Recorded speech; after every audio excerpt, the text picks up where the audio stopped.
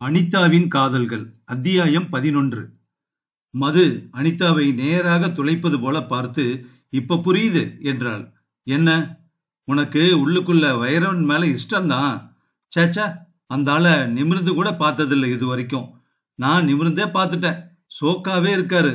அதுவும் அவர் போற வெளிநாட்டு காரும் போட்டு இருக்கிற வெளிநாட்டு கண்ணாடியும் தனி அழகு சேர்க்குது. அவர் மூச்சில கூட தங்க புகை தெரியுது. அனிதா சிரித்தார். எப்படி பார்த்தாலும் பணம் தாண்டி உனக்கு. உங்க அப்பா கிட்ட இருக்கிற பணம் பத்தாதா? வைரவன் பணங்கிறது வேறு விதமான பணம். மெகா மெகா மெகான்னு சொல்லுவாங்க. இந்தியாவிலேயே இந்த மாதிரி பணம் படைச்சவங்க 10 பேர் தான் இருப்பாங்க. அந்த லெவல். அப்படிப்பட்ட ஆளு எதுக்காக ஏன் பின்னாடி அலையறாரு? அதான் எனக்கும் ஆச்சரியமா இருக்குடி. பம்பாயில யாரையோ பிலிம் ஸ்டார வைரவன் கட்டிக்கு போறதா ஒரு ஆங்கில பத்திரிகையில வதந்தி. எல்லாமே குழப்பமா இருக்குடி. நேரா சந்திச்சு விஷயத்தை உடைச்சு போடு. ஏன் தயங்குற? பார்க்கலாம். எனக்கு அவரை சந்திக்க பயமா இருக்கு. என்ன பயம்? என்ன சம்மதிக்க வச்சிடுவாரோன்னு. வேண்டாம். அப்ப நான் கேட்டுமா? வேண்டாம். சந்தர்ப்பம் கிடைக்கிற போது நானே சொல்லிடுறேன். தைரியத்தை வரவழைச்சிக்க ஒரு வாரமாவது வேணும். உங்கிட்ட என்னதான் இருக்குன்னு அந்த ஆள் இப்படி மாயறாரு? காமி என்று அனிதாவின் முகத்தை திருப்பினாள் மது. சுரேஷ இவர்தான் மனமாற வச்சிருப்பார்னு தோணுது. என்கிட்ட அட்ரஸ் கேட்டாரு ஒரு தடவை என்றாள் அனிதா. அதை என்கிட்ட சொல்லவே இல்லையே. அப்ப பேச்சுவார்த்தை நடந்துகிட்டு தான் இருக்கு. அவர் தான் அடிக்கடி உசேனியா ஸ்டோர்ல போன் பண்றாரு. இட்டாலியில இருந்தா? இட்டாலியில இருந்தும். மது அவளை கடுமையாக பார்த்து, சொல்லவே இல்லை பாத்தியா நீ என்றாள். நிச்சயதார்த்த கலாட்டாவுல உன்னை நான் பார்க்கவே இல்லையடி என்றாள் அனிதா. மது ஜன்னல் வழியாக எட்டி பார்த்து, இன்னும் கார் காத்துக்கிட்டு தான் இருக்கு, வா போகலாம் என்றாள் மது. என்னவோ போல இருக்கும் மது. எங்க போனாலும் கார் அனுப்பி வேட்டை நாய் மாதிரி என்ன ஃபாலோ பண்றது. கார் அனுப்பிச்சா ஏறிக்க, அதுதான் லைஃப்ல ஒரு கொள்கை. அந்த ஆளுக்கு உன் மேல அப்படி ஒரு ஈர்ப்பு. இப்பதான் மாட்டின நீ. மது அவளை அழைத்து கொண்டு வாசலுக்கு வந்தபோது கார் கதவை டிரைவர் திறந்து விட்டான். ஏசி போட்டிருக்காப்பா டிரைவர் என்றாள் மது. டிரைவர் அவளுக்கு பதில் சொல்லாமல் அவர்கள் உட்கார்ந்ததும் கதவை சாத்திவிட்டு தன் சீட்டில் உட்கார்ந்து கொண்டு, எங்க போகணும் மேடம் என்றான். மவுண்ட் ரோட்ல ஸ்பென்சர்ஸ் போங்க. அங்க போய் ஒரு ஐஸ்கிரீம் சாப்பிட்டுட்டு பீச்சுக்கு போய் இன்னொரு ஐஸ்கிரீம் சாப்பிட்டுட்டு அப்படியே ஒரு என்றாள் மது. அனிதா மதுவை முறைத்து பார்த்தாள். என்ன முறைக்கிற? கமான், ஜாலியா அனுபவிப்போம் வா என்றாள் மது. தெருக்காட்சிகளை மட்டும் காட்டி ஓசையை வடிகட்டி விட்ட அந்த ஐஸ்கிரீம் பார்லரில் அனைவரும் இளைஞர்களாக இருந்தார்கள். எல்லா பெண்களும் ஆளுக்கு ஒரு ஆடவனுடன் ஆளுக்கு ஒரு மோட்டார் சைக்கிள் பின்பாகத்தில் ஒட்டிக்கொண்டு வந்து இறங்க, ஆண்கள் விதிவிலக்கில்லாமல் டிஷர்ட், ஸ்னீக்கர், ஒரு காதில் கடுக்கன் என்று சென்னை தமிழுடன் ஒட்டாத வேற்றுலக மனிதர்கள் போல தோன்றினார்கள். ஐஸ்கிரீம் நக்கல்களுக்கிடையே மொத்தம் 18 வார்த்தைகள் வெக்காபுலரி ஆங்கிலத்தில் பேசிக் கொண்டிருந்தார்கள். நமக்கு யாரு பணம் கொடுப்பாங்க? அனிதா கேட்க, பணமா? பொடி பைத்தியக்காரி என்றாள் மது. பணத்துக்கு என்ன, ஷாப்பே என்னதுதான் என்று குரல் கேட்க திரும்பி பார்த்தால் வைரவன். மை காட், வந்துட்டீங்களா? நாங்க இங்க இருக்கிறது எப்படி தெரிஞ்சது என்றாள் மது. வைரவன் புன்னகையுடன் நாற்காலியை இழுத்து அருகில் போட்டு உட்கார்ந்தான். டிரைவர் போன் பண்ணினா. எப்படி இருக்கே அனிதா? என்ன ரொம்ப பிகு பண்றியே, கூப்பிட்டா வரமாட்டியா என்று கேட்ட வைரவன் பக்கத்தில் நின்ற மேனேஜரிடம், Peter, no phone calls please என்றான். வைரவன் கிரே கலரில் ஷூட் அணிந்து கொண்டு அந்த கூட்டத்தில் அந்நியனாக தெரிந்தான். சாரி, பிரிட்டிஷ் டெலிகேஷனை பார்க்க போக வேண்டியிருந்தது. அதுக்காக ஷூட் போட வேண்டியிருக்கு. நானும் அப்பப்ப பொம்மை பனியன் போடுறவன் தாம்மா. வைரவன் அந்த கடைக்கு சொந்தக்காரன் என்பது வெயிட்டர்களின் மரியாதையிலிருந்து தெரிந்தது. என்ன அனிதா, பேச மாட்டியா? கல்யாணம் என்னாச்சு? நின்னு போச்சு என்றாள் மது. அப்படியா? தெரியாத மாதிரி கேக்குறீங்க. தெரியாது என்றான் கண்ணை சிமிட்டிக் கொண்டு. உங்களுக்கு சந்தோஷம் தானே என்றான். முதலாக அவனை முழுசாக நிமிர்ந்து பார்த்தாள் அனிதா. யார் இந்த பிரஜை? என்னை பிடிவாதமாக தொடரும் இவன் யார்? வைரவன் மாநிறமாக இருந்தான். தலைக்கு எண்ணெய் போடாதிருந்த போதும் ஒரு விதமாக படிந்துதான் இருந்தது. தலை நிறைய முடி, கண்களுக்கு மையிட்டது போல லேசான கருப்பு தீற்றல். பொய் இல்லாமல், தயக்கமும் இல்லாமல், ஒரு ஸ்கேனர் போல எதிராளியை வருடி உள்ளுக்குள் இருக்கும் எண்ணங்களை வெளியே கொண்டு வந்துவிட முயற்சிக்கும் பார்வை. நெற்றியின் அமைப்பில் வைராக்கியம். நினைத்ததை முடிப்பவன் என்ற செய்தி மறைவாக அவன் தோற்றத்தின் அத்தனை அம்சங்களிலும் எழுதியிருந்தது. வைரவன் சார், உங்ககிட்ட ஃபிளைட் இருக்குதாமே, சொந்தமா? என்னது இல்ல, கம்பெனி ஃபிளைட். போலாமா, வரீங்களா? எங்க? சும்மா பெங்களூரு வரைக்கும் என்றான் அனிதாவை பார்த்து. ரொம்ப சத்தமா இருக்குது இல்ல, உள்ள ஏசி ரூம்ல போய் உட்காரலாமா? வைரவன் கேட்க, இல்ல இங்கேயே நல்லா இருக்கு என்றாள் அனிதா. அப்பாடி பேசிட்டீங்க, சந்தேகமாகவே ஆயிடுச்சு ஒரு கால் ஊமையோன்னுட்டு. இதற்குள் பக்கத்து மேஜை இளைஞனின் பனியனுக்குள் அவன் சிநேகிதி ஐஸ்கிரீமை வழுக்கிவிட அவன் ஆரவாரத்துடன் பனியனை கழற்ற எல்லோரும் கைதட்டி கூச்சல் போட்டார்கள். வைரவன் அவனிடம் சென்று, கொஞ்சம் சத்தம் போடாம இருக்கீங்களா, நாங்க பேசிட்டு இருக்கோம்ல என்றான். அதற்கு அந்த இளைஞன் பிஷப் என்றான். மற்றொருவன் ஸ்பீக் இன் இங்கிலீஷ் என்றான். வைரவன் நிதானமாக தன் கோட்டை கழற்றி அருகில் கொடுத்துவிட்டு சட்டையின் கைகளை மடக்கிக் கொண்டு 5 விரல்களையும் அவன் முகத்தில் அழுத்தி அவனை தள்ளினான். அப்படியே பின்னோக்கி விழுந்தவன் எழுந்து வைரவனை மூர்க்கத்தனமாக தாக்க வர, மறுபடி மிக எளிமையான வைரவன் தன் 2 கைகளையும் பாக்ஸர் போல வைத்துக் கொண்டு சட் என்று ஒரு குத்துவிட அவன் சில்லு மூக்கு உடைந்து ரத்தம் சிந்தியது. சிலர் தடுத்து நிறுத்த முயல வைரவன் தன் இருப்பிடத்தில் வந்து உட்கார்ந்து கொண்டான். அனிதாவுக்கு பயத்தில் முகம் வெளிரி போயிருந்தது. எதுக்கு பயப்படுற, காலேஜ் பாக்ஸிங் சாம்பியன் தான், இவங்கெல்லாம் வத்த காட்சிங்க என்றவன், பீட்டர் அந்த ஆளை கொஞ்சம் வெளியே கொண்டு கொட்டிடு, தமிழ்நாட்டுல வந்து இங்கிலீஷ்ல பேசணுமா அவனோட. இன்னமும் அரற்றி கொண்டிருந்த அந்த இளைஞனை தரை தேய்க்க அழைத்துச் சென்று வெளியே தள்ளி விட்டார் பீட்டர். அவன் மோதலாமா என்று யோசிப்பதற்குள் அவன் சிநேகிதி வேறொரு மோட்டார் பைக்கில் வேறொருவருடன் பின் சீட்டில் ஏறிக்கொண்டு போய்விட்டாள். இந்த இடம் டிஸ்கோ ஜாயின் மாதிரி ஆயிடுச்சு, நிறுத்திட போறேன் என்றான் வைரவன். நிறுத்திடாதீங்க சார், எங்களுக்கெல்லாம் இது ஃபேவரேட் ஜாயிண்ட் என்றாள் மது. அப்படியா, உனக்குமா அனிதா? வைரவன் கேட்க, இது வெறும் குண்டிலி, எப்ப பார்த்தாலும் படிப்பு தான் இவளுக்கு என்றாள் மது. அப்படியா என்று அனிதாவை பார்த்தபோது அவள் ஒரு முறை பார்த்துவிட்டு பார்வையை தளித்து கொண்டாள். நான் கிளாஸ்ல எப்பவும் பின்பெஞ்சில் தான் உட்காருவேன், தவறி பாஸ் பண்ணிட்டேன். அப்பா ஹார்வர்டு அனுப்பிச்சாங்க, எம்பிஏ பண்ணிட்டு வந்தேன்.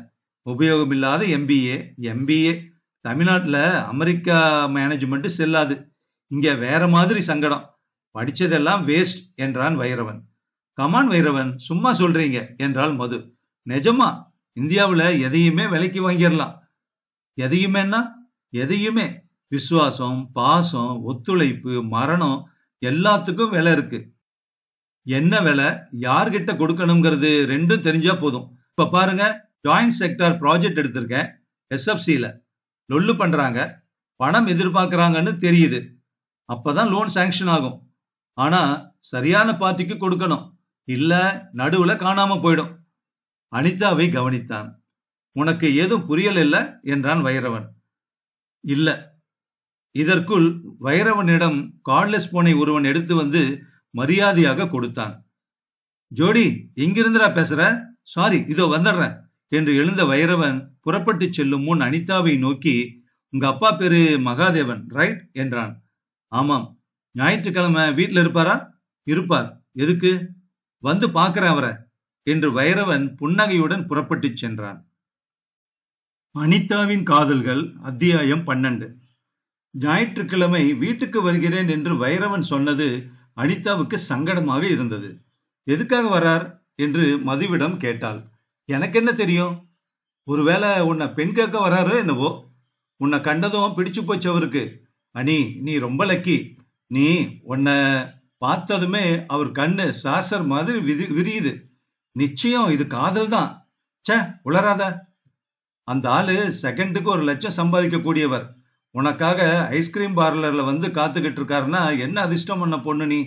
உங்ககிட்ட என்னத்தை எதிர்பார்க்கிறாருன்னு ஆச்சரியமா இருக்கு. சில வேலைகள்ல இந்த ஆம்பளைங்க எதுக்குத்தான் மயங்குறாங்கன்னு சொல்லவே முடியல. எங்க வீட்டுல இவரை உள்ள சேர்க்கவே மாட்டாங்க. சேர்த்துப்பாங்க. ஒரு லெவலுக்கு மேல பணம் இருந்தா ஜாதிங்கிறதுக்கு அர்த்தமில்லாம போயிரும். நான் அதை சொல்லலடி. மது சொன்னால், நீ என்ன சொல்றியோ அனி, ஃப்ரெண்டுன்னு சொல்லிக்கிட்டு நான் எல்லா சலுகைகளையும் உபயோகப்படுத்திக்க போறேன் என்று போன் பக்கம் சென்று நம்பரை சுழற்றி, சீதல், நான் மது பேசுறேன். ஹாய், எப்படி இருக்க? நான் நல்லா இருக்கேன். ஒண்ணுமில்ல, அனி வந்து ஒரு வாரத்துக்கு ஒரு மாருதி கார் அனுப்ப முடியுமான்னு கேட்க சொன்னாங்க என்று மது தொடர்ந்து, கான்டஸா வேண்டாம், ஓட்ட முடியாது என்னால. கொஞ்சம் இருங்க, அட்ரஸ் சொல்றேன் என்றாள் மது. அனிதா அவளை முறைத்து பார்த்தாள். மது, நீ செய்யறது நல்லாவே இல்ல. இது வேற எதுலயாவது பெருசா கொண்டு போய் விட்டுட போறது. என்ன போச்சு? அந்த ஆளு பேர சொல்லிட்டு எத்தனை பேர் இந்த நகரத்துல கார்ல போயிட்டு இருக்காங்க தெரியுமா? பட்டத்து இளவரசி நீ, உனக்கு இல்லாத மாருதியா? மதுவை மார்பில் குத்தினாள் அனிதா. நீ பண்றது ஒண்ணு கூட நல்லா இல்ல மது. அப்ப ஏன் என் கூட ஃப்ரெண்டா இருக்க? அதுதான் தெரியல என்றாள் அனிதா. சனிக்கிழமை லைப்ரரிக்கு போயிருந்தாள் அனிதா. எப்போதும் லைப்ரரியன் சிடுசிடுப்பார். ஒரு நாள் லேட்டானாலும் கத்துவார். இன்று புத்தகம் ஒரு வாரம் லேட். பரவாயில்ல, எக்ஸ்டென்ஷன் போட்டுடுறேன் அனிதா என்றாள் லைப்ரரி மாமா. அனிதா ஆச்சரியத்துடன், என்னாச்சு சார் என்றாள். உனக்கில்லாத புஸ்தகமா? ஏதாவது டெக்ஸ்ட் புக் வேணும்னாலும் சரி, ரெஃபரன்ஸ் புக் வேணும்னாலும் கேளு அனிதா என்றார் அவர். அனிதா இந்த மனமாறுதலுக்கு காரணம் புரியாமல் திணற, வேணும்னா புது புஸ்தகங்களுக்கு பணம் தரேன்னு சொல்லியிருக்கார் என்றார் லைப்ரரி மாமா. யாரு? மிஸ்டர் வைரவன். இந்த லைப்ரரி பிளாக்கையே இடிச்சு ஏசி பண்ணலாம்னு சொல்லியிருக்காரு. வைரவன் இங்க வந்தாரா? ஆமா, நேத்து சாயந்தரம் வந்திருந்தார். நீ இங்க வந்ததா யாரோ சொல்ல கேட்டு உன்னைத்தான் விசாரிச்சுக்கிட்டு வந்தார். அப்பதான் இங்க அடிக்கடி அனிதா வருவாளான்னு கேட்டார். வருவா, நிறைய புஸ்தகம் எடுத்துட்டு போவான்னு உன் கையெழுத்த காட்ட சொன்னார். அப்புறம்தான் நான் ஒரு கோரிக்கையா லைப்ரரிய புதுப்பிக்கணும்னு சொன்னேன். உடனே கிராண்ட் கொடுக்கறதா சொல்லிட்டாரு. பிரின்சிபாலுக்கு ரொம்ப குஷி. அனிதாவுக்கு ஏனோ கோபம் வந்தது. மறுநாள் ஹாஸ்டலுக்கு சென்று விட்டு வீட்டுக்கு போனால் கூடத்தில் பெரிய மலர்கொத்து, கண்ணாடி தாளும் ரிப்பனும் சுற்றி வைக்கப்பட்டிருந்தது. தட்டில் ஆப்பிள் பழங்களும் அல்போன்சா ஏற்றுமதி மாம்பழங்களும் வைக்கப்பட்டிருந்தன. அனி, யார் வந்திருந்தா தெரியுமா? யாருப்பா என்றாள் ஈனஸ்வரமாக. வைரவன். எதுக்கு என்றாள் தயக்கத்துடன். சும்மா பார்த்துட்டு போலாம்னு வந்தார். நம்ம ஃபேமிலியை பத்தி எல்லாம் தெரிஞ்சு வச்சுட்டு இருக்கார். சீதாராமனுக்கு வேலை போட்டு கொடுத்துட்டார். அப்ரெண்டிஸா ஆர்வி கம்பெனில அக்கவுண்ட்ஸ் டிபார்ட்மெண்ட்டுக்கு வர சொல்லி. இதே போல ஜிம்புவுக்கும். எப்பேற்பட்ட மனுஷன் தெரியுமா? எதுக்காக வந்தாராம்? சும்மாதான் வீட்டை பாக்குறதுக்கு வந்தார். இந்த பிளாக்கையே வாங்க போறார். வீடு எந்த கண்டிஷன்ல இருக்குன்னு பாக்குறதுக்கு வீட்டுக்காரனோடு வந்தார். வீட்டு ஓனர் ரொம்ப நெர்வஸா, மாமா 3 வருஷமா ஒயிட் வாஷ் ரிப்பேர் பண்ணாதது எல்லாம் சொல்லாதீங்க மாமான்னு என்கிட்ட கேட்டுண்டா. வைரவன் அதெல்லாம் பார்க்கல. வீட்டை பார்த்தார், செட்டில் பண்ணிட்டார். அப்பதான் விசாரிச்சார் என்ன ஏதுன்னு. என்ன கூட ரிட்டையர்மெண்ட் ஆனதும் வேலைக்கு வர சொல்லியிருக்கார். அவர் என்ன சொன்னார் தெரியுமில்ல? உங்களுக்கு நான் எதுவும் உதவி செய்யறதா நினைச்சுக்காதீங்க, எனக்கு தான் நீங்க உதவி செஞ்சிருக்கீங்க அப்படின்னார். அப்புறம் உன்னை கூட விசாரிச்சார். என்னன்னு? உங்க டாட்டர் அம்மணி காலேஜ்ல படிக்கிறதா கேள்விப்பட்டேன். என்ன படிக்கிறா அப்படின்னு கேட்டார். பாட்டனின்னு சொன்னேன்.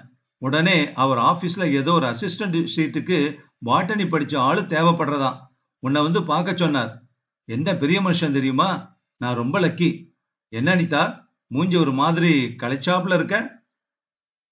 இல்லப்பா, உடம்பு சரியில்லப்பா. இந்தா அவரோட கார்டு, இந்த நம்பருக்கு உன்னை போன் பண்ண சொன்னார். அனிதா அந்த கார்டை வாங்கிக் கொள்ள தடுமாறினாள். அப்போது அங்கே வந்த சுகந்தி, கப்பல்கார போட்டுண்டு வந்து அவர் இறங்குறாரா? எங்களுக்கு கையும் ஓடல காலும் ஓடல. நான் கொடுத்த அரிசி உப்புமாவை ரசிச்சு சாப்பிட்டுட்டு சின்ன டாக்டர் வரலையா வரலையான்னு அடிக்கடி கேட்டுட்டு இருந்தார். பணக்காரன்னா தனி கலை இருக்குடி அவளுக்கு என்றாள் அவள். அக்கா, அவர் என்ன கல்யாணம் பண்ணிக்க கேட்க போறார். நீங்க அப்ப என்ன சொல்ல போறீங்க? அனிதா கேட்கவில்லை இப்போது. அவள்லாம் என்ன ஜாதி? தெரியாதுக்கா. நம்மளவா போல இருந்தது.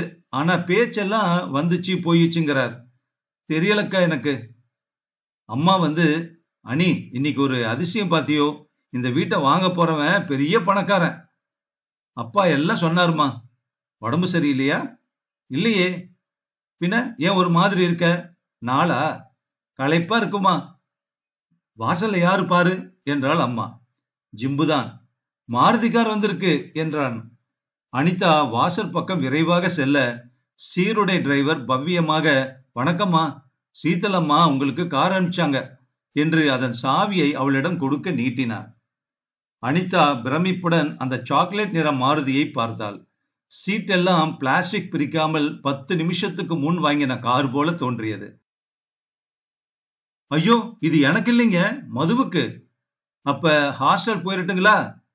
இதற்குள் அப்பா, அம்மா, சுகந்தி, ஜிம்பு எல்லோரும் கூடிவிட, நீங்கள் ஹாஸ்டல் போயிடுங்க என்றாள் அனிதா அவசரமாக. யாரா என்றார் அப்பா. மதுவுக்கு கார் போறதுக்கு பதிலு எனக்கு வந்துடுத்துப்பா. திங்கட்கிழமை வாசலில் ஹாரன் சத்தம் கேட்டது. நிம்மதி பொறுமை இல்லாமல் டுடு டுடு என்று தொடர்ந்து கூப்பிட்டது. அணி எட்டி பார்த்தாள். மதுதான் அந்த மாருதியில் இருந்தபடி, ஹாய், கமான் யார், காலேஜுக்கு லேட் ஆயிடுச்சு என்றாள். அணி தன் புத்தகங்களை வாரி எடுத்துக்கொண்டு கார் அருகே சென்று கதவை திறந்து மெல்ல மூடினாள். மது, எனக்கு என்னவோ போற போக்கே புரியல. வைரவன் நேத்து இங்க வந்துட்டார் தெரியுமா? என்னாச்சு? அப்பா கிட்ட கல்யாண பேச்சு எடுத்தாரா? இல்ல, அதான் ஆச்சரியம். எங்க குடும்பத்துல ஒவ்வொருத்தரையும் அவர் புகழ் பாட வச்சுட்டார். எப்படி? எல்லோருக்கும் வேலை. எல்லோரும் பேக்கு மாதிரி வாய பொளந்துன்னு நின்னுட்டு இருக்கா.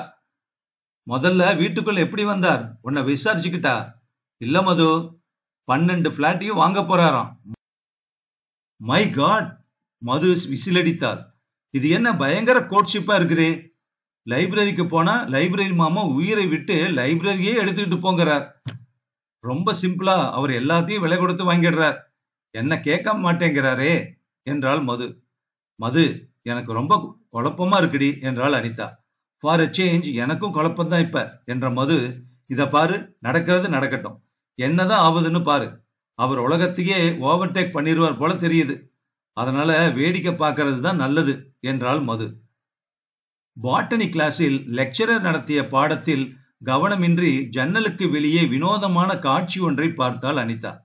ஏணி மேல் ஏறிக்கொண்டு ஒருத்தன் காலேஜ் கிழக்கு காம்பவுண்ட் சுவருக்கு மேல் செம்பருத்தி மரத்தின் அருகே நின்று கொண்டு வெள்ளை பெயிண்ட் அடித்து கான்டாக்ட் என்று ஒரு டெலிபோன் நம்பர் எழுதப்பட்டிருந்த தகர போர்டில் புதுசாக ஒரு போஸ்டர் ஒட்டி கொண்டிருந்தான்.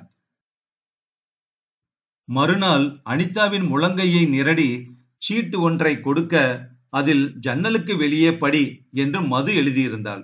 திடுக்கிட்டு வெளியே பார்த்தாள் அனிதா. அதில் அச்சடிக்கப்பட்ட மூவண்ண போஸ்டரில் அனிதா ஐ லவ் யூ என்று பெரிதாக ஒவ்வொரு எழுத்தும் ஓர் ஆள் உயரத்துக்கு எழுதப்பட்டிருந்தது. அனிதாவுக்கு கன்னத்தில் ரத்தம் குபுக்கென்று பாய்ந்துவிட கிளாஸில் அத்தனை பேரும் இதை கவனித்து விட்டார்கள். என்னடி இது, ஏதோ புதுசா சினிமா வரப்போகுதான், அதோட போஸ்டர் என்று மறுநாள் சமாளித்தாள். கிளாஸ் விட்டதும் வேப்ப மரத்தடிக்கு போய் உட்கார்ந்து கொண்டு அனிதா லேசாக அழுதாள். இந்த ஆளை என்ன பண்றது என்றாள். மற்றொரு போஸ்டரை மற்றொரு போர்டில் ஒட்டி கொண்டிருந்தான். அந்த ஆளுக்கு சரியான காதல் கிறுக்கு பிடிச்சிருக்கு. வா என்றாள் மது தீர்மானமாக. எங்க? அந்த ஆளு வீட்டுக்கு போய் அப்பா அம்மாவை பார்த்தரலாம் வா. அத்தியாயம் 13. ராதாகிருஷ்ணன் சாலையில் உள்ள வைரவன் ஆபீஸில் சீத்தல் என்கிற பெண்ணுக்கு போன் பண்ணிவிட்டு விலாசம் வாங்கி கொண்டாள் மது. மது, நாம பண்றது சரியில்லைன்னு தோணுது என்று அனிதா சீட்டு பெல்ட்டை மாட்டிக்கொண்டு ரொம்ப வேகமா ஓட்டுற என்றாள். எல்லாம் சரிதான், போஸ்டர் ஒட்டி உன்னை அவமானப்படுத்தலாமா அந்த ஆளு? இது என்ன பாம்பே சினிமாவா என்று டயர் விளம்பரத்தில் வருவது போல காரை விரட்டினாள். சாந்தோம் தாண்டி அடையாறு போகும் வழியில் இருந்த அந்த விலாச முகப்பை பார்த்தால் பெரிய வீடு போல தோன்றவில்லை. மது பொறுமை இல்லாமல் கதவை கார் ஹாரனால் அதட்டினாள். கதவை திறந்துவிட்ட கூர்கா ஏதும் கேட்காமல் அனுமதித்தான். மது அனிதாவை வியப்புடன் பார்த்தாள். ஒல்லி பொண்ணு சொல்லி இருக்கணும் என்றாள். உள்ளே போனதும் தான் விஸ்தீரணம் எல்லாம் புரிந்தது. இடது பக்க ஆஸ்பெஸ்டாஸ் கொட்டகையில் 6 கார்கள் நின்று கொண்டிருந்தன. பின்குறிப்பாக அங்கே இங்கே டாடா வண்டிகள், மாருதி போல வேறு ஒருத்தி, இப்படி மரகத புல்வெளியில் படுத்திருந்த பச்சை பிளாஸ்டிக் குழாயில் இருந்து நீர் கசிந்து கொண்டிருக்க, மேல்நாட்டு சைக்கிள் தரையில் அனாதையாக கிடந்தது. பச்சை இருட்டாக இருந்த கமான் வளைவை தாண்டி உள்ளே வராந்தாவில் ஊஞ்சல் தொங்கியது. பட்டை பட்டை மெத்தை போட்டு நிழல் தந்து லேசாக ஆடி வா வந்து உட்கார் என்று சொல்லும் ஊஞ்சல். மரங்களில் முதுகுக்கு தோதான பிரம்பு ஊஞ்சல்கள். சங்கிலியில் கட்டியிருந்த நாய்கள் அவர்களை சாப்பிடும் நோக்கத்துடன் பாய்ந்து கோபப் பற்களை காட்ட, சீசா, ராமு என்று உள்ளே இருந்து அதட்டல் கேட்டது. வலது பக்கம் அவுட் ஹவுஸ் போன்றிருந்த இடத்தில் மாடியில் 2 டிஷ் ஆண்டனாக்கள் வெவ்வேறு திசைகளில் வான் நோக்கி கொண்டிருந்தன. மோட்டார் ஓடிக்கொண்டிருந்தது. மது கூட அந்த இடத்தின் அலட்சியமான செல்வச் செழிப்பால் ஏற்பட்ட பிரமிப்பில் கொஞ்ச நேரம் மௌனமாகிவிட்டாள். My God, this place is very big என்றாள். ஒரு வேலைக்காரன் வராந்தாவில் இருந்த மர பொம்மை ஏற்கனவே சுத்தமாக இருந்ததை துடைத்துக் கொண்டிருந்தான். இவர்களை பார்த்து உள்ளே கை காட்டினான். வீட்டின் வயிற்றிலிருந்து ஒருவன் மெல்ல நடந்து வந்து, யாரை பார்க்க வந்தீங்க என்றான். அவர்கள் அந்த இடத்தில் இருப்பதே அனாச்சாரம் என்பது போல பார்த்தான். மிஸ்டர் வைரவோட அப்பாவை பார்க்கணும் என்றாள் மது. தூங்குறாரே. சரி, அப்புறம் வரும் என்றாள் அனிதா. அவங்க அம்மாவை என்று மது கேட்டாள். வாங்க என்று உள்ளே அழைத்து சென்று ரிலே ரேஸ் போல் ஒரு சேவகியிடம் அவர்கள் ஒப்படைக்கப்பட, வேலைக்காரி கூட ஷிப்பான் ஜார்ஜெட் பாரு என்றால் மது லேசான குரலில். ஐயாவை பார்க்க வந்திருக்காங்க என்றால் அந்த சேவகி யாரிடமோ. வாமா என்ற கனிவான குரல் கேட்டு திடுக்கிட்டார்கள். ஒரு பெண்மணி அவர்களை வரவேற்றாள். பார்த்தவுடன் சட்டென்று அது வைரவனின் தாயாக இருக்கும் என்பது தெரிந்துவிட்டது. அதே சற்று மேல் நோக்கிய மூக்கு, அதே கண்கள், கண்ணாடி பிரேமில் தங்கம், கழுத்தில் வைரம், லேசான ஜரிகை இழையோடிய பட்டு புடவையில் ஆரவாரமில்லாத பழக்கப்பட்டு போன செல்வச் சிறப்பு தெரிந்தது. நீதான் அனிதாவா என்றாள். அனிதாவை கண்கொட்டாமல் பார்த்து. வைர சொன்னான், உன்னை பத்தி தான் போன மாசம் முழுவதுமே பேசிக்கிட்டே இருக்கான் என்றவள் பக்கத்தில் இருக்கும் மதுவை பார்த்து, உன் பேர் என்னம்மா என்று கேட்டாள். மது ஆண்டி, நான் அனிதாவோட கிளாஸ்மேட். வைரவன் இப்ப வந்துருவான், போன் போட்டு இருக்க சொன்னான். என்ன சாப்பிட்றீங்க? முதல்ல நம்ம வீட்டில் அடி எடுத்து வச்சிருக்கீங்க. எதுவாச்சும் ஸ்வீட் சாப்பிடணும். எனக்கு தான் ஸ்வீட் ஆகாது, பிளட் பிரஷர் வேற. ஏய் சிங்காரி, சீலு, எங்கடா போயிட்டீங்க? அம்மா என்று இருவர் உடனே சித்தமாக. இவங்களுக்கு என்ன வேணும் கேளு. சீலு என்பவன் பவ்யமாக, கிராணி ஜூஸ் தரவா என்றான். அப்படின்னா? தர்பூசணி இருக்குல்ல, அதுல லேசா தோல் சீவி ஜூஸ் ரொம்ப ஜோரா இருக்கும். மது தலையாட்டினாள். அனிதா பயந்து போய் நிற்க, உட்காருமா, உன்னை நிக்க வச்சேன்னு தெரிஞ்சா வயிறு கோவிச்சுப்பான் என்றாள் அவள். அப்போது ஒரு 13 வயது பெண் புஷ்டியான அரை டிராயர் போட்டுக்கொண்டு வலுவான தொடைகளுடன் வந்து அவள் மேல் படர்ந்து, கிராண்ட்மா, நான் இன்னொரு கேக் எடுத்துக்கிட்டுமா என்றது ஆங்கிலத்தில். இவ என் பேத்தி, நியூயார்க்ல படிக்குது. அபி, அனிதாவுக்கு ஹலோ சொல்லு. Hi Anita, you play carroms என்றது. அபி, இப்ப அவங்கள தொந்தரவு செய்யக்கூடாது என்று சொல்லிவிட்டு இவர்களை நோக்கி, தமிழ் பேசாதே தவிர நல்லா புரிஞ்சுக்கும் என்றாள். அப்போது வெளியே கார் கதவு சாத்தப்படும் சத்தம் கேட்க, வைரவன் வந்தாச்சு. அனிதாவுக்கு மார்பு படபடத்தது. அவன் காலடிகள் விரைவாக வர அதே வேகத்தில் அவள் நெஞ்சம் அடித்துக் கொண்டது. சே, எதற்காக இங்க வந்தோம்? வைரவன், ஹாய் அனிதா. ஹாய் மது, எப்போ வந்தீங்க? இப்பதான். அவன் தன் கழுத்து டையை தளர்த்தினான். அந்த பெண் அபி, வைரவன் அங்கிள் என்று அவன் மேல் கட்டி கொண்டது. அவளை கவனிக்காமலே தள்ளிவிட்டு, அம்மா, இதான் சொன்னேனே அனிதா. பார்த்தேன், ஷீ இஸ் வெரி ஸ்வீட். என்ன சொன்னா என்ன பத்தி? அம்மா, அபியை கூட்டிட்டு போறீங்களா? உன் சிஸ்டர்ஸ் எல்லாம் அனிதாவை பார்க்கணுங்கிறாங்கடா. லேட்டர்மா. அப்பா எழுதிருச்சாச்சா? இல்ல.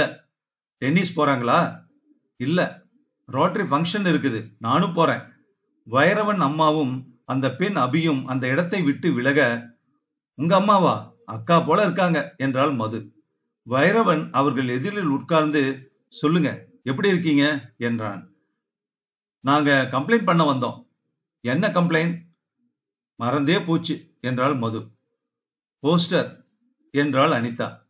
எங்க காலேஜ் காம்பவுண்டுக்கு வெளியில அனிதா ஐ லவ் யூன்னு பெரிய போஸ்டர். நீங்க தான் ஒட்ட வச்சீங்களா? போஸ்டரா என்றான் மிகுந்த அறியாமையுடன். அப்போது அபி உள்ளே வர, வைரவன், மது, நீங்க எம்டிவி பாக்குறீங்களா? அபி, மது ஆன்ட்டியை கூட்டிட்டு போய் எம்டிவி காட்டு என்றான். மது ஒரு கோடிட்டு காட்டினாலே போதும், நான் புரிஞ்சுக்குவேன் என்று அபியின் பின் செல்ல அனிதாவும் வைரவனும் தனியாக இருந்தார்கள். அப்பாடா, உன்னை தனியா சிக்க வைக்க அரும்பாடு. போஸ்டர் ஒட்டினது நான் தான். வேளச்சேரியில ஆப்செட் பிரஸ் இருக்குது எங்களுக்கு, சும்மா தமாசுக்கு. அனிதா மௌனமாக இருக்க பிடிச்சிருந்ததா? என்ன இந்த மாதிரி எல்லாம் பண்றீங்க? எந்த மாதிரி? சுரேஷ் கல்யாணம் வேண்டான்னு சொல்லிட்டார். நீங்க தான் அந்த மாதிரி சொல்ல வச்சீங்களா? சுரேஷ் யாரு? அதான் என்ன பெண் பார்க்க வந்தார்ல. ஓ எஸ், சுரேஷ். இப்ப ஞாபகம் வருது. பயோடேட்டா கிடைச்சது. அமெரிக்கால எங்க சாஃப்ட்வேர் கம்பெனில ஒரு ஸ்வீடிஷ் கான்டாக்ட் கிடைச்சிருக்கு. அதை எடுத்துப்பியான்னு கேட்டேன். சந்தோஷமா வந்துட்டான். அந்த சுரேஷா? அனிதா அவனை நிமிர்ந்து பார்த்தாள். உங்களுக்கு என்ன வேணும்? நீதான். இப்ப இந்த செகண்ட் உன்னை கல்யாணம் பண்ணிக்க தயாரா இருக்கேன். ரிஜிஸ்ட்ரார் ஆபீஸ் திறக்காட்டையும் சரி, கார் அனுப்பி நான் இப்ப கல்யாணம் செஞ்சுக்கிறதாவே இல்ல. மேல படிக்கணும், அவ்வளவுதானே. செய்யு, என்ன வேணா செய்யு. Anita, I need you, I want you. உன்னை நான் கல்யாணம் செய்யணும், அவ்வளவுதான். மேற்கொண்டு பேச்சு கிடையாது. எங்க அப்பா அம்மா சம்மதிக்கவே மாட்டாங்க. அதெல்லாம் நான் பாத்துக்கிறேன். உங்க அப்பாவை சந்திச்சேன். Remarkable man Mahadevan. அவர் ஒத்துக்குவாரு. அது ஏன் ப்ராப்ளம். நீ சொல்லு அனிதா. எதுக்காக என்னை இப்படி விடாப்பிடியா துரத்துறீங்க? சொன்னேனே, நீ தான் என் மனைவி. இதை விட கிளியரா சொல்ல முடியுமா? அதுக்கு நான் இஷ்டப்பட வேண்டாமா? கட்டாயம். இஷ்டப்படு, சொல்லு. என்னால இப்ப எதுவும் சொல்ல முடியாது. 10 நிமிஷம் கழிச்சு சொல்லு. ஐ, கொஞ்சம் சிரிச்சாச்சு. அனிதா, நான் ஏன் உன்னை இத்தனை தூரம் விரும்புறேன்னு கல்யாணம் ஆனப்புறம் விவரமா சொல்றேன். என்ன நீ கல்யாணம் பண்ணிப்பியா? உங்களை எனக்கு தெரியவே தெரியாதே, நீங்க எப்படிப்பட்டவர்னு. மை காட், இத்தனை நாள்ல நான் எப்படிப்பட்டவன்னு தெரியல உனக்கு? தெரியறது. பயமா இருக்கு. என்ன பயம்? எல்லாத்தையும் விலைக்கு வாங்கிடுவீங்கன்னு. அவன் இயல்பாக சிரித்தான். கரெக்ட்.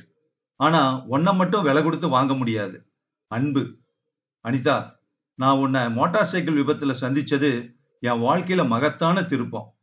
ஏதோ குருட்டு அதிர்ஷ்டமோ விதியோ எனக்கு எது கேட்டாலும் கிடைக்கிறது.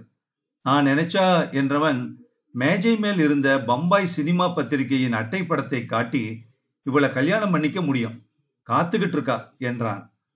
அதான் எனக்கும் ஆச்சரியமா இருக்கு. இத்தனை உள்ள நான் உன்னையே துரத்துறேன்னு ஆச்சரியம் அதானே? ஆமாம் என்றாள் அனிதா. காரணம் இருக்கு அனிதா, ஆனா அது உனக்கு சொன்னா புரியாது என்றான் வைரவன். அத்தியாயம் 14. திரும்ப செல்லும் போது மது அனிதாவை கேள்விகளால் துளைத்தாள். என்னடி, கல்யாணத்துக்கு ப்ரப்போஸ் பண்ணிட்டாரா? நீ என்ன சொல்ற மது? ஐ, தெரியாத மாதிரி. ரொம்ப டீப்பான பொண்ணுமா நீ? எங்க எல்லாரையுமே முட்டாளாக்கிட்ட. மது, நீ என்ன சொல்றேன்னே. ஆல்ரைட், எதுக்கு அந்த பேச்செல்லாம்?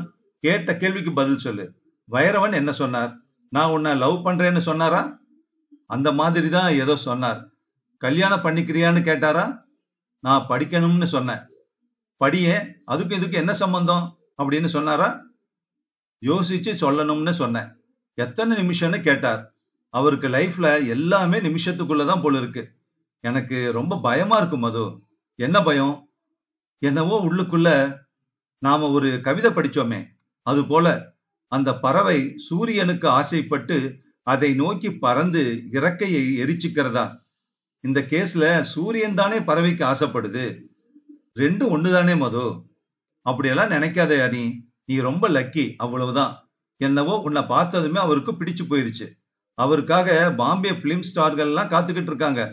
உங்க ஜாதியில பெரிய பெரிய குடும்பங்கள்லாம் இருக்கு பாரு, அவங்க கூட பெண் கொடுக்க தயாரா இருக்கிறப்ப ஒரு சாதாரண குடும்பத்துல வந்து உன்னை அத்தனை விரும்புறாருன்னா ரியலி கிரேட். அனிதா மௌனமாக வந்தாள். நீ என்ன சொன்ன கடைசியா? அப்பா அம்மா சம்மதிக்க மாட்டாங்கன்னு. அதற்கு அவர், அதெல்லாம் நான் பாத்துக்கிறேன், நோ ப்ராப்ளம். No problem. எதை எடுத்தாலும் அவருக்கு நோ ப்ராப்ளம் தான்.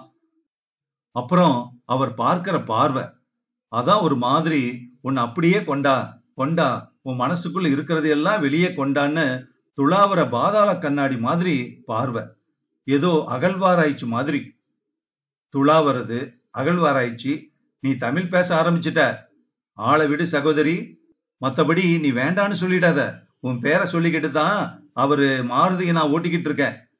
ஒரு ஏசி இருந்தா நல்லா இருக்கும். மது, அவர் எங்க அப்பா கிட்ட வந்து என்ன பொண்ணு கேட்க போறார். அப்பதான் இருக்கு விடி விபத்து.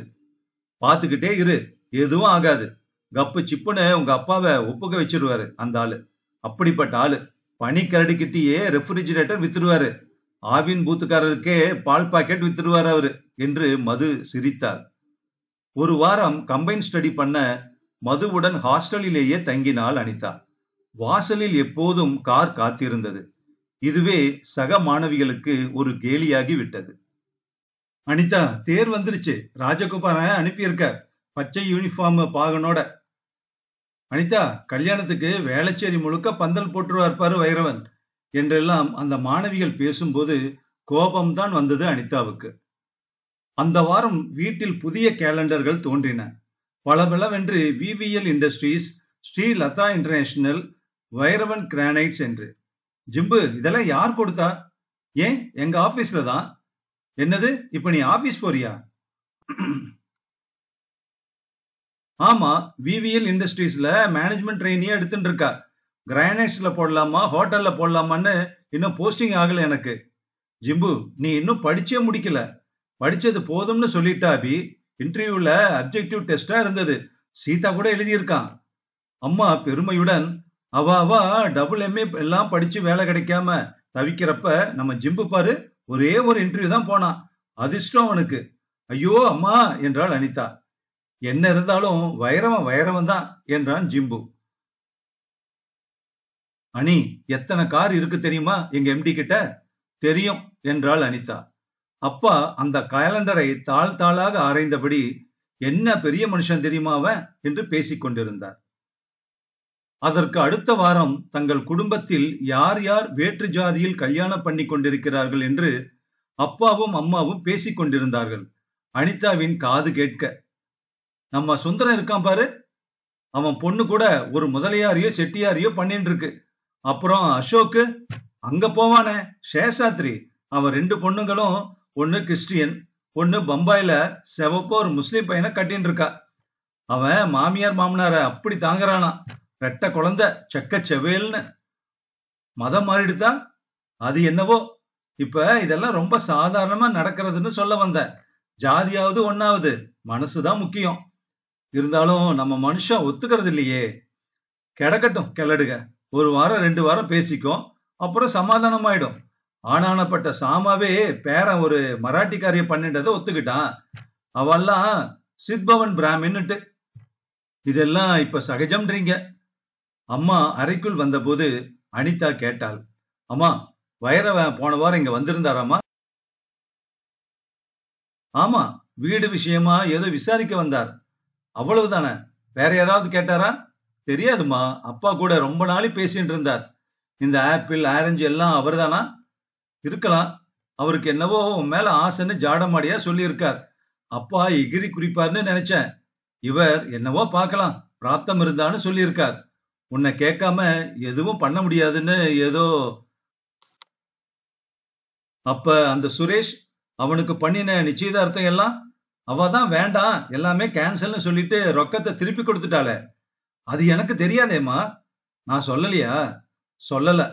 என்ன கேட்காமலே என் வாழ்க்கைய தெருவுல போறவா வரவாலாம் தீர்மானிக்கிறான். அனி, என்ன பேச்சு இது? அப்பாவும் அம்மாவும் போறவா வரவாளா? எனக்குன்னு ஒரு இஷ்டம் இல்லையாம்மா. யார் இல்லைன்னு சொன்னா? நீ வேண்டாம்னா வேண்டாம், யாரும் உன்னை கட்டாயப்படுத்தல. இப்படி சொல்லிண்டே எல்லோரும் என்னை கட்டாயப்படுத்துறா. எப்படி சொல்ற? மகாதேவன் தன் மனைவி கமலாவை பார்த்து, வைரவன் கல்யாணத்தை எப்ப வச்சுக்கலாம்னு கேட்டிருக்கார். நீ என்ன சொல்ற கமலம் என்று சொன்னார். முதல்ல அனிதாவை கேளுங்கோ. அவளுக்கு இஷ்டம் இல்லைன்னு தெரியறது. அவளை முதல்ல கேட்டுக்கணும். என்னது, இஷ்டம் இல்லையா?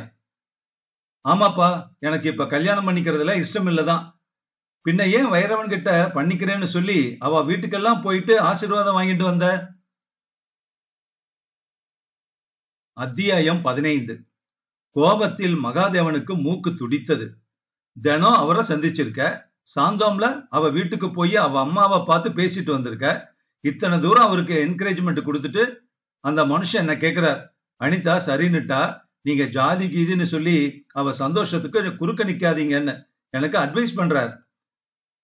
அப்பா, நடந்ததை தப்பா சொல்லியிருக்கா யாரோ. நானா அவ வீட்டுக்கு போகல. மது கூட போயிருந்தேன். அதுவும் எதுக்காக? கண்ணா பின்னான்னு போஸ்டர் ஒட்டி இருந்தது காலேஜ் வாசல்ல. அதை விசாரிக்கிறதுக்காக போயிருந்தேன் என்றாள் அனிதா. அவரை பார்க்கறதுக்கு ஏதோ ஒரு நொண்டி சாக்கு. பாரு அனி, நான் ஒன்னும் மடிசெஞ்சி இல்ல. நீ அவரை கல்யாணம் பண்ணணும்னா பண்ணிக்கோ. எனக்கு மனசுதான் முக்கியம். சந்தோஷமா இருக்கிறது தான் முக்கியம். யாருடைய சந்தோஷம்பா? அப்கோர்ஸ் உன்னுடைய சந்தோஷம் தான். வேற யாரு? இல்லப்பா, நான் வைரவனை கல்யாணம் பண்ணிட்டா நம்ம குடும்பத்துக்கு சந்தோஷம். ஜிம்புவுக்கு வேலை, சீதாவுக்கு வேலை. இந்த பிளாட்டை விலைக்கு வாங்கி நமக்கு எழுதி வச்சிடுவார். வேளச்சேரி, அசோக் நகர்னு வேற எங்கேயாவது வேணும்னாலும் வாங்கி தருவார். அம்மா உடம்பு பூரா ஜரிகை போட்டு பட்டுப்புடவை உடுத்திக்கலாம். குடும்பத்துல எல்லோருக்கும் சந்தோஷம் இல்லையா? அதனால நீங்கெல்லாம் என்ன மறைமுகமாக கல்யாணம் கட்டிக்கோன்னு வற்புறுத்துறீங்க. அப்படிதானேப்பா?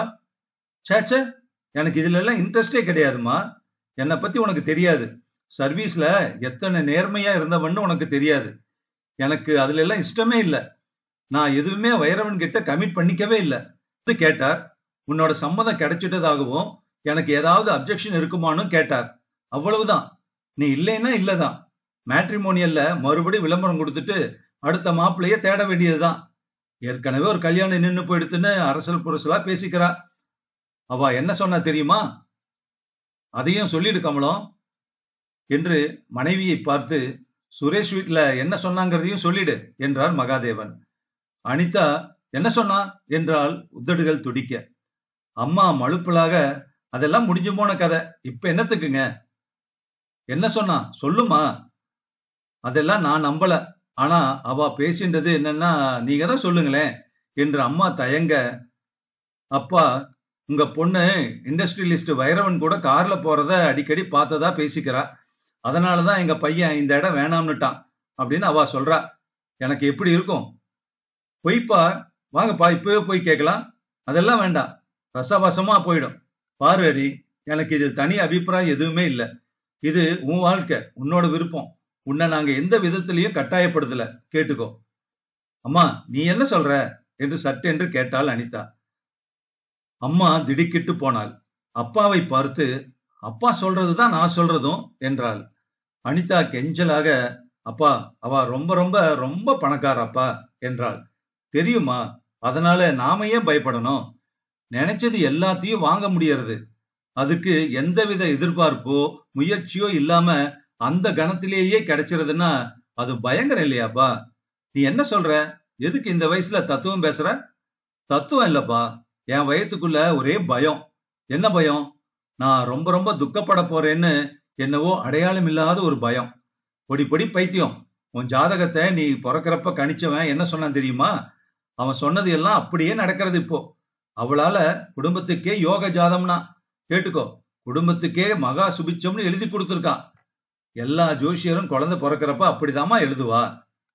இப்ப என்ன சொல்ற நீ? நான் போன் பண்ணி வேண்டாம்னு சொல்லிடுறேன். எனக்கு அதுல தயக்கமே இல்லை என்றார் அப்பா சற்று தலைந்த ஏமாற்றம் தென்படும் குரலில். உடனே அனிதா, இல்லப்பா, நான் கல்யாணம் பண்ணிக்கிறேன் அவரை, சம்மதம்னு சொல்லிடுங்க. அனிதா, இங்க பாரு, நாங்க ஒன்னும் உன்னை கட்டாயப்படுத்தல. இல்லப்பா, நானாதான் தீர்மானிச்சது. 10 பேர் சந்தோஷத்துக்காக ஒருத்தர் துக்கப்படுறது பரவாயில்ல. மகாதேவன் கமலத்தை பார்த்து, என்ன சொல்ற இவ? யாருக்கு துக்கம்? துக்கமாவது? கோடீஸ்வரன் எல்லாம் அவனுக்கு பொன் கொடுக்க காத்துன்னு இருக்கா. என்னவோ பிகு பண்ணிக்கிறாளே. அப்பா, உங்களை ஒரே ஒரு கேள்வி கேட்கிறேன்.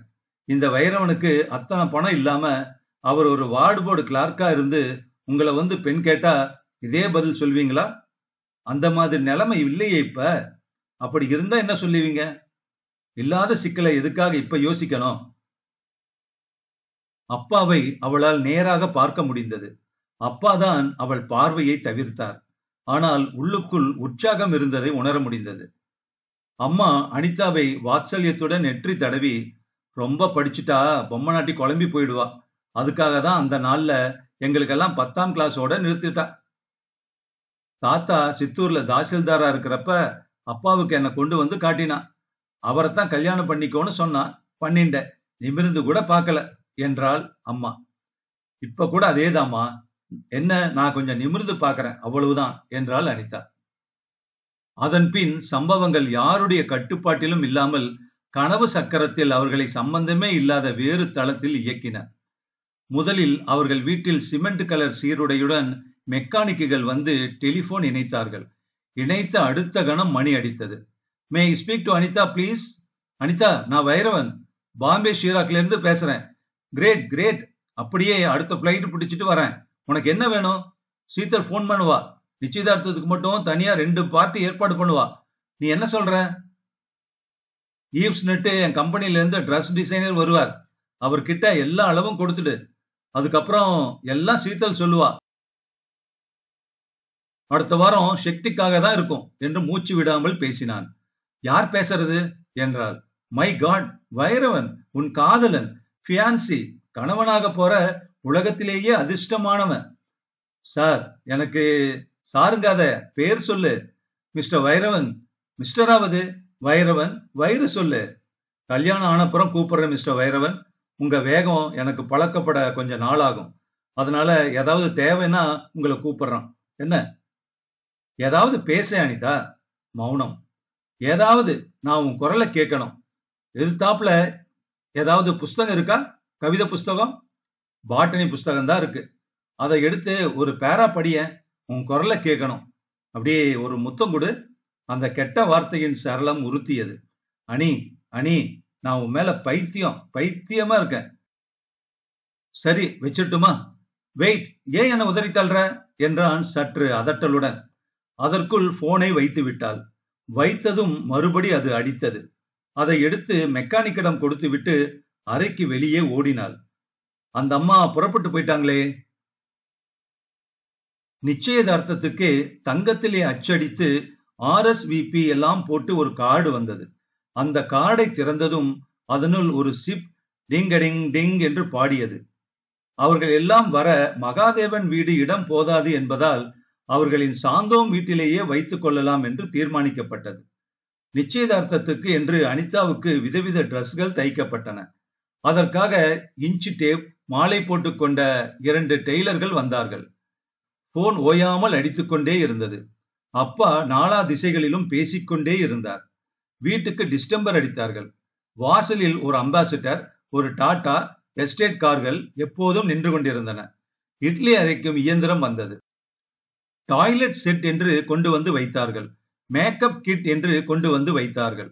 பிரபல பட்டுப்புடவை கடையிலிருந்து 2 ட்ரங்க் நிறைய பட்டுப்புடவைகள் வந்து இறங்க, இதில் எது வேணுமோ எடுத்துக்கிட சொன்னாங்க என்றார்கள் அவர்கள். அனிதாவுக்கு அந்த சந்தர்ப்பத்தில் அணிவதற்காக கழுத்தில் சோக்கர் என்று சொல்வார்களே, வைரத்தில், அதுவும் அதற்கு பொருத்தமாக வைர வளையலும், 24 கேரட் கனமான வளையல்கள் 1 டஜனும், முத்து செட், பவள செட், எல்லா கல்லும் வைத்த செட் என்று நகைக்கடை போல இருந்தது அனிதாவின் வீடு. வாசலில் செக்யூரிட்டி போட்டிருந்தார்கள். வைரம் பதித்து AV என்று எழுதப்பட்ட மோதிரம் ஒன்று சிறிய வெல்வெட் டப்பியில் காத்திருந்தது. ஜிம்பு ரூமில் ஃபாரின் சாமான்கள் குவிந்தன. கரோகே CD டேப் எல்லாம் வைத்த ஜப்பானிய ஆடியோ சிஸ்டம், வெளிநாட்டு மல்டி சிஸ்டம், VCR, டிவி என அந்த சிறிய வீட்டில் சாமான்கள் குவிந்தன. நடக்க இடம் பண்ண வேண்டியிருந்தது. சுகந்தி அவற்றை பார்த்து பார்த்து எடுத்து வைப்பதிலேயே அம்மாவுடன் பிஸியாக இருந்தாள். புதிய உடைகளில், புதிய சூழ்நிலையில் அவர்கள் எல்லோருமே அந்நியர்கள் போல இருந்தார்கள். ஒருவன் சின்னதாக ஒரு கூடை கொண்டு வந்து வைத்தான். அனி, இங்க வந்து பாரு. அந்த கூடைக்குள் சின்னதாக வெள்ளையாக ஒரு நாய்க்குட்டி இருந்தது. அதன் கழுத்தில் ரிப்பன் கட்டி அனிதாவுக்கு என்று எழுதப்பட்டிருந்தது.